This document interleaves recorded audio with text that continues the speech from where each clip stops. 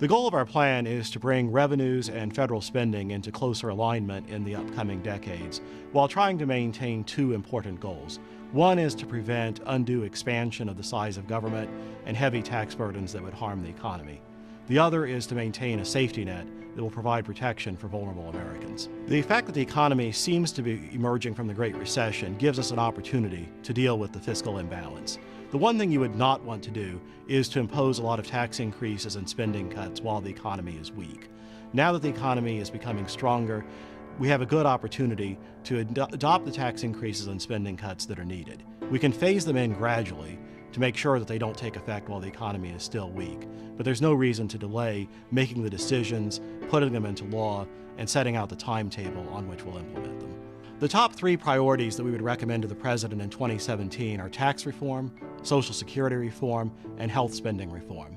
We would urge the President and Congress to adopt a tax code that removes the tax burden from investment, that moves from income taxation to consumption taxation, and thereby encourages the private saving that's necessary for economic growth. We would encourage a Social Security reform that does more to protect retirees from poverty, but curbs overall spending and makes the program more sustainable. And on healthcare spending, we would urge Medicare and Medicaid to be restructured into programs that continue to provide vital protection for those who need health insurance, but that curbs costs and again makes those programs also more sustainable. Ultimately, our budget is also a statement about our character as a country. It's a statement of our priorities. What is it we want government to do, and what do we not want government to do? The vision that underlies our plan is a government that is strong enough to provide a safety net for those who are in need, that's strong enough to defend the country, that provides vital infrastructure, but that is not unnecessarily intrusive or unnecessarily large.